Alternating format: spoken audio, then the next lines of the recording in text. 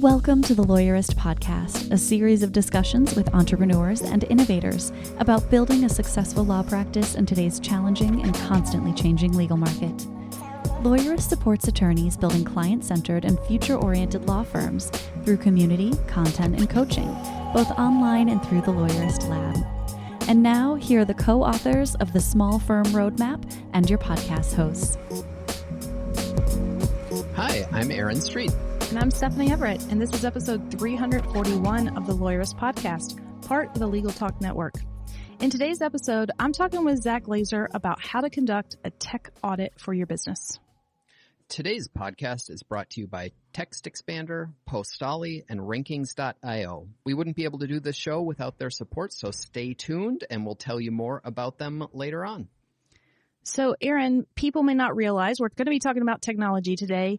And if people are in the market for technology, we actually have some pretty cool resources for them on our website, Lawyerist.com.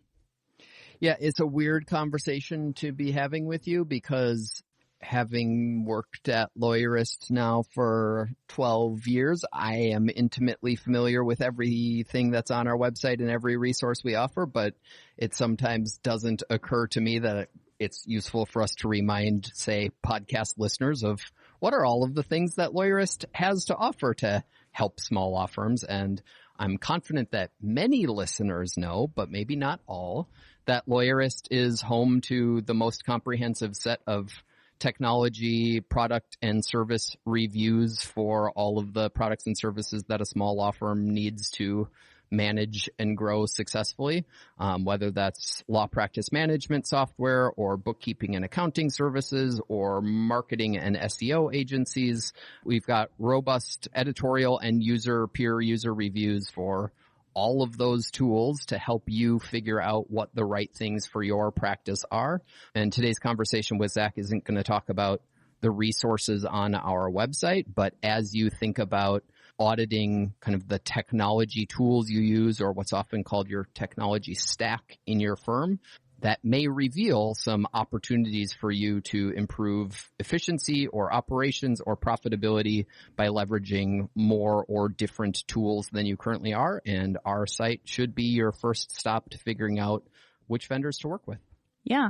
I mean, that was a little bit of a mouthful, but in short order, if you're thinking of outsourcing or adding some tech or pretty much any service provider to your firm, you should head to our site, because what I love about it is, of course, we give you reviews of all the different, tools out there and what you can use them for, but we also teach you how to think about hiring this person. So just even take virtual receptionists as an example. We go through what are all the features different virtual receptionists offer, and here's the questions you should ask, and here's how you should be thinking about this product and how it fits into your business.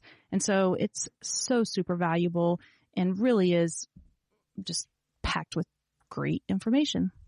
So as soon as you're done with hearing this interview with Zack, head on over to Lawyerist.com and check those out. And now we have Stephanie's conversation about tech with our own Zack Glaser. Hey y'all, it's Zack, and I am the legal tech advisor / reformed athletic field builder here at Lawyerist. And today we're talking about your legal tech stack audit. I'm excited for this conversation because I know everybody, they just get overwhelmed by their tech, right? Either they hate tech and they don't want to think about it and they just kind of do the bare minimum, or they love tech and then they buy lots of tech and then they don't know how it all works. Together. Oh yeah. It's either I don't know what this does or I've got the shiny object syndrome and I'm going to grab everything and put it together as best I can, which plenty of people operate their practices either one of those ways successfully every day, but not efficiently. So let's talk about this. So this idea of a tech audit. So first off, what is it? We all use a lot of technology in our practices, and it's growing what feels day to day. So we've got law practice management systems, we've got email systems, we've got websites that we have to take care of. Some of us have virtual assistants. We have ways of making our documents, and all of these things add up. And when you first start, you can easily keep them in your head and know how they fit together. But at the end of the day, we've all got a lot of the same basic systems that we need serviced by software that we have. There's a lot of software out there that can do these things. So doing a tech audit is saying, what software do I have? What needs do I have? And how do those align with each other? And then what do I need to do with that going forward? Besides just like assessing what we currently have and maybe what we need, are there other benefits to doing this? We talk a lot at Lawyerist about our values for our company. What are our values? Where are we going with our company? What do we want this company to do? And if you simply look at your technology here and there, or you say, oh man, I need e-signature software, I got to go get it now. And you just go get it. And you don't remember if you have Adobe Sign. You don't remember if you have DocuSign. You've got 6 different ones. And so you're not doing anything intentionally. And you're certainly not grabbing your technology and wielding it with a purpose, with intent, with an idea of how you want to build your firm. For example, if you want to be a totally remote firm, then you need to get technology that's going to make you specifically remote and use it in a way that allows you to do that, as opposed to somebody that's going to have their office in a big, tall building and wants to make sure that they're doing things well for that type of office. If either one of those people just goes out and gets technology that their neighbor is using, they're not going to be using it to their best potential, and they're not going to be using it to help their firm grow. All right. How often should someone do a tech audit for their firm? That's a tough question, just because you should kind of almost constantly be doing it in the back of your head. But I would say probably every quarter. When you do reassessments of your firm, when you take a moment to step back and do your quarterly assessments or quarterly audits and things like that, add this into that. And it doesn't have to be the lawyer that does this tech audit. Frankly, that's probably not the best person if you have a decent sized firm to be doing this technology audit, because they're not using all the technology. Have somebody that is designated to keep track of this technology, to keep track of the features that you need, that you have, and that you're deprecating, and have them report to you every 3 months. Have them be part of that assessment every 3 months. I mean, we recently did this on our team because we had gotten some new tools along the way, and it turned out we were paying for 2 tools that did the exact same thing, and maybe even 3. And it was like, wait a minute. What if we turned this one off? Are we still getting the functionality we need over here? And it turned out the answer was absolutely yes. And so it saves some money, right? Okay, now we have a subscription we don't need. But I think more importantly, because a lot of people just think in terms of, oh, well, that's not very much. I'm paying $19 per whatever month for that tool. What's the big deal? But it also just saves time. It saves energy of us thinking about having to update that, of having to make sure there's human cost that goes into keeping up with your technology. Yeah, and I think that's a good point, is that it's not about the price. Although most law firms out there probably have multiple things that either are doing the same thing or have the same capabilities. Microsoft 365, as it's known now, has so many capabilities. If you have that and other things, you likely are duplicating technologies. But it's more about being able to look at your technology and say, how do we deal with it? How do we make sure it's secure? How do we make sure that we're using it appropriately? If you've got 16 different systems or pieces of software, well, then it's very difficult to dig into how to use this piece of software very well. Whereas if you kind of can break it down to as few as is reasonable, don't use too few, but as few as is reasonable, then it's easier to kind of get your hands around it to wield it appropriately. All right. What's the first step that we're going to take when we do this audit? Write it down. And it is 2 things. One is, what are your procedures? And I think that here at Lawyerist, we're always talking about writing our procedures down, writing our workflows. What are our processes? What are our systems and practices? So have your handy documentation there and go through it and say, okay, well, what are the things that I need from technology? What are the features that I'm going to need from everything? I'm going to need email. I'm going to need that email to be secure. I'm going to need e-signature. I'm going to need something that deals with my calendar. All of those things should go into, I'd say, a spreadsheet.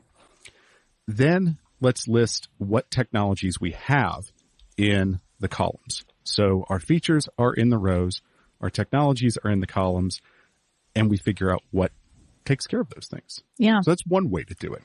And there are other ways of setting these things up in a way that you can understand, but it is really about writing all this down and determining where those two things come together. And I mean, as you're talking about it, what you said totally makes sense. And I appreciate that's how your mind works. I'll share that for me, I think about writing the tools down first and then maybe thinking through which problems or features are these tools kind of solving, because I think it'd be hard for me to sit here and say, oh, I need email. But that's just how my mind works, where I could look even at my QuickBooks or Xero and be like, what am I paying for? Right. Because sometimes that's an interesting way to approach it too, because somebody on your team may have purchased something and you don't even know what it's doing, which you're just like, wait, we have that tool? I didn't even know we were using that. That's a good point, because one of the best ways to figure out what all you're using might be to go back through your bank statements for the year, because some of these things are purchased for a year in advance, but going back through your bank statements and saying, well, what have we bought?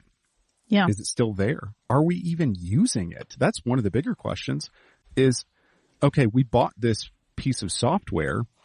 Does anybody use this software anymore? Oh, yeah. You just reminded me. I bought something a couple weeks ago and it has a 30-day trial period. And actually, I don't like it at all and I need to cancel it. So I'm going to make a note. Set an alarm. Yes. But that's one of the things that I run into is that you have a problem that you have to solve and you go and research it as quickly as possible. And this problem has to be solved very quickly.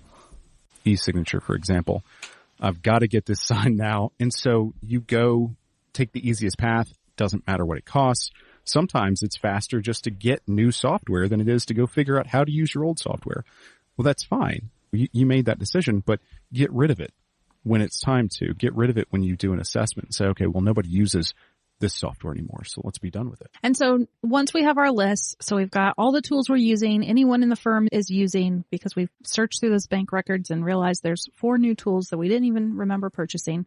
And then you've got all the features and what problems it's solving. What next? How are we stepping back and what kind of things do we want to think about to make this effective?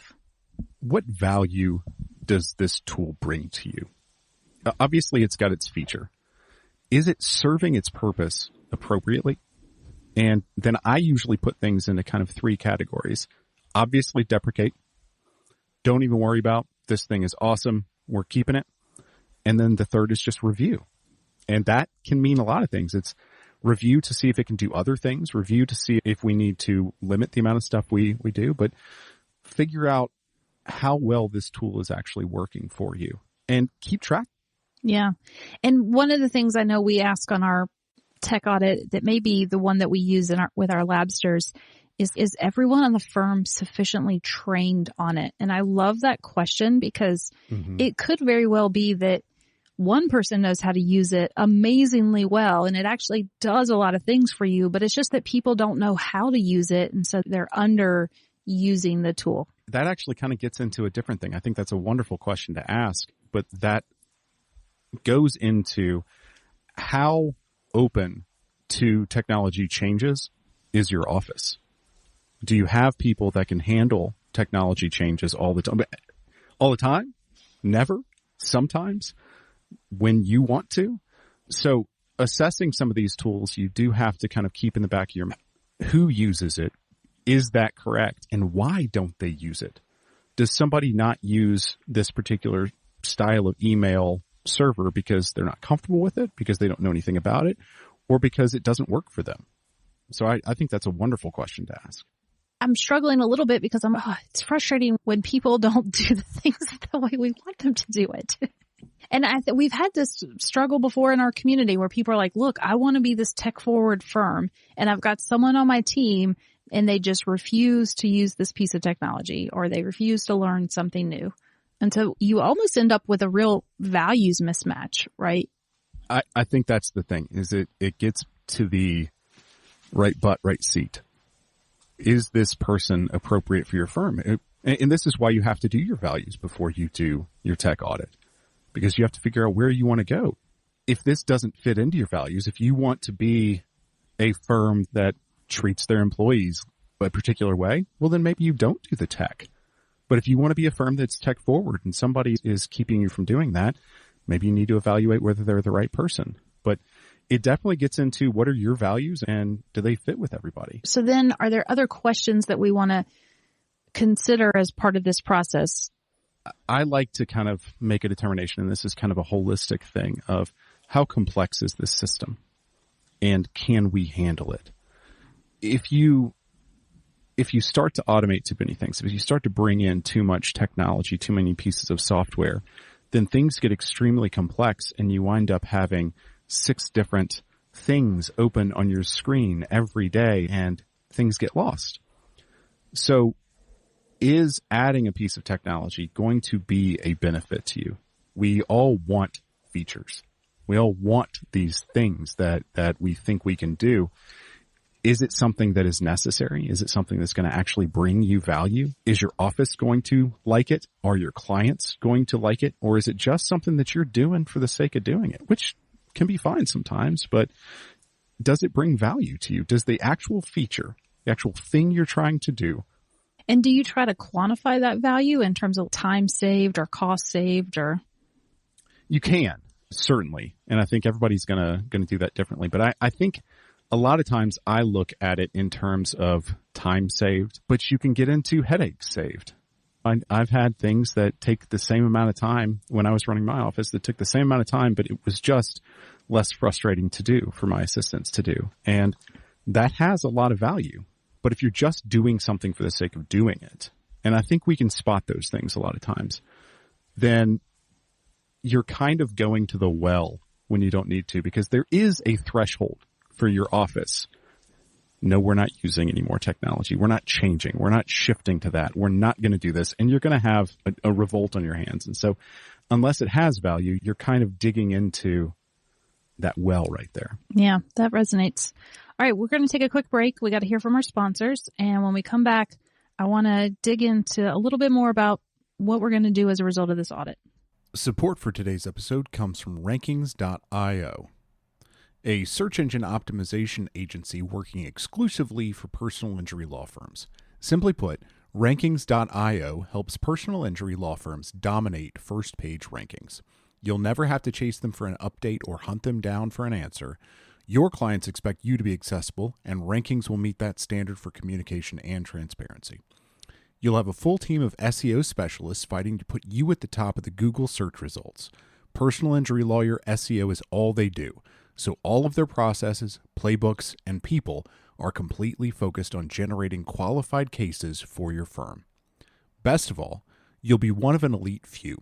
Delivering exceptional service and results requires focus, so Rankings.io carefully vets clients before accepting them. They're an ideal fit for growth-oriented personal injury law firms. To see if you're a fit, visit Rankings.io/Lawyerist to get started.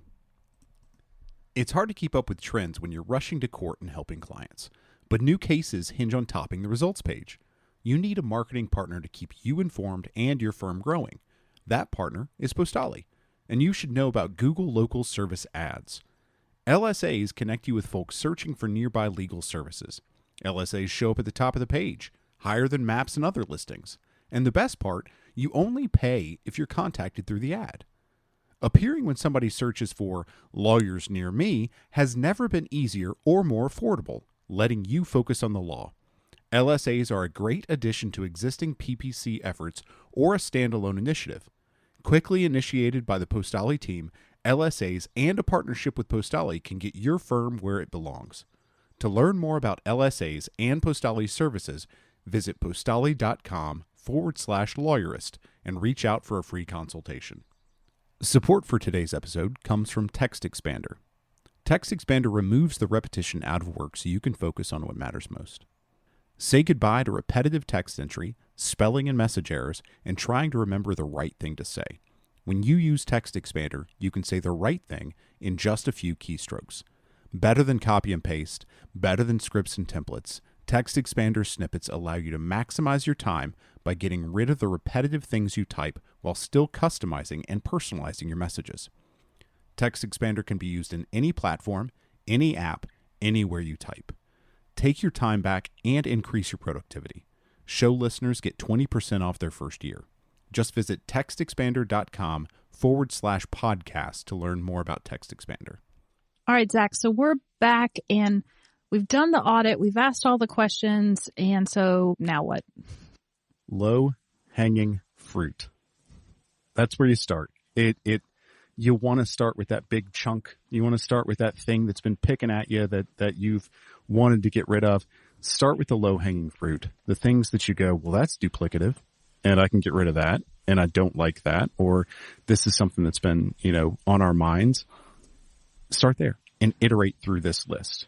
I like to prioritize these things as high value, medium value, low value. And then I also put how difficult is it to do?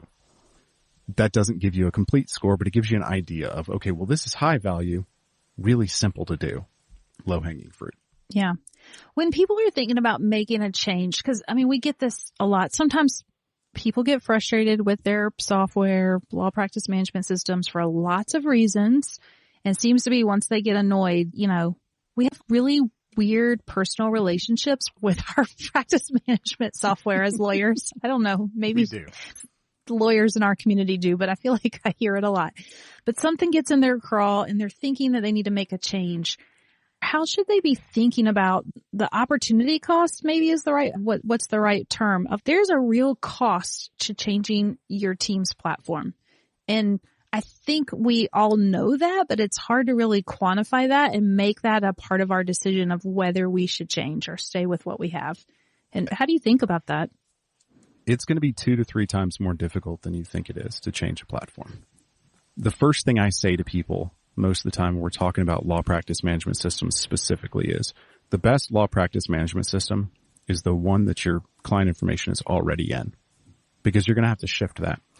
But not only are you going to have to do that, but you have to plan this. This is a rollout. If it's simple technology, if it's just switching to a different signing technology, there's not quite as much of a rollout, but you need to work in multiple weeks of training people on this, of build up to, hey guys, we are going to switch this. You have to plan this. You can't just walk in on a Friday and say, hey everybody, Monday, we're switching from law practice management system A to law practice management system. And it's always going to be at least 2 to 3 times more difficult than you think it is. So unless you have a specific thing that you need to solve, it's generally not worth the trouble of changing technology, adding technology, maybe even manipulating technology and shifting it around a little bit. That's one thing, but changing some of your core systems to another one, unless you have something that it specifically cannot do and the pain is worth that thing that you're going to gain, then I wouldn't do it. But you have to know what your gain is. Super helpful, because I think it's easy to gloss over and you just think, oh, this is going to be so much better. And everyone always promises a smooth transition. Let's face it, the salespeople are very well trained. So of course they're going to be like, oh yeah, your data will migrate. It will be fine. Oh, it feels like something always gets messed up in the process though. Right. Nobody's underlying data is going to look the same. And so you're going to be involved in the process more than you expect to be. It's going to take longer than you expect to. You're not necessarily going to lose data, but data is going to go to places where you didn't expect it to be. And then again, you have to train your staff on how to use this thing for an extended period of time. So you're going to have a period of time where you're running at 20% efficiency, and then you've gone to 30%, 40%, and you build back up, but you're going to lose a ton of efficiency if you're changing something fundamental, something in that kind of core of your legal tech stack, which is your project management, your client management, or your matter management. Yeah, that makes sense. I think it's important for people to realize, I brought up the training before, so you can tell this is where my mind goes.